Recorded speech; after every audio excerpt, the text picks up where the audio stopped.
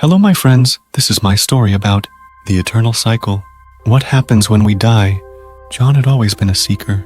From a young age, he questioned the nature of existence, the purpose of life, and what happens after death. His quest for answers led him to various spiritual practices and teachings, but it wasn't until a chance encounter with an old sage in a bustling city park that his perspective truly began to shift.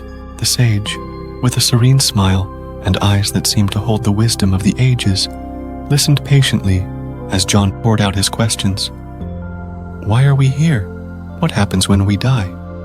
John asked, his voice tinged with admiration.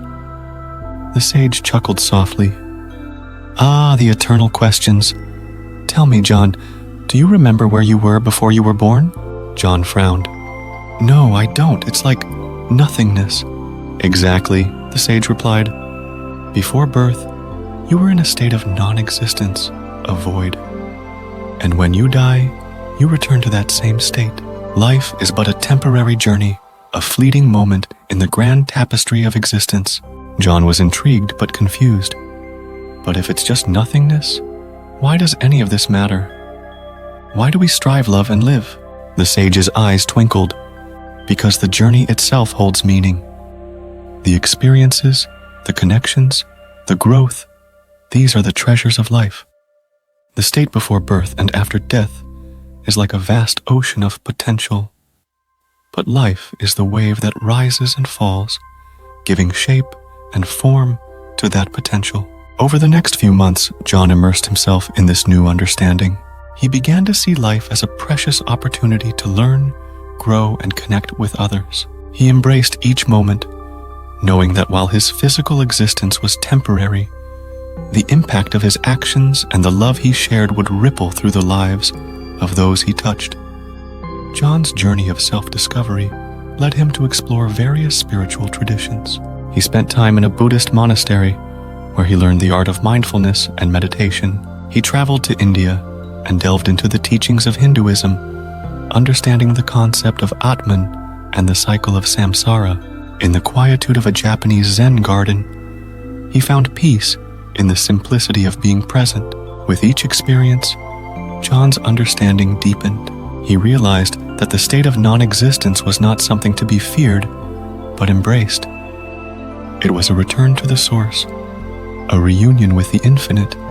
His realization brought him immense peace and a sense of purpose. One evening, while meditating by a serene lake, John had a profound vision. He saw himself as a tiny drop of water, part of a vast, interconnected ocean. Each drop represented a soul, rising and falling in the waves of existence, only to merge back into the whole. This vision solidified his understanding of the eternal cycle of life and death. As the years passed, John became a sage in his own right. People came to him seeking wisdom and solace. He shared his insights, teaching them to live in harmony with the present moment and to view life as a beautiful journey, regardless of its impermanence. One day, as John lay on his deathbed, surrounded by loved ones, he felt a profound sense of peace. He knew that he was returning to the state he had come from, a place of pure potential and unity. With a final, serene smile, he closed his eyes and embraced the transition, comforted by the understanding that life and death were but two sides of the same eternal cycle.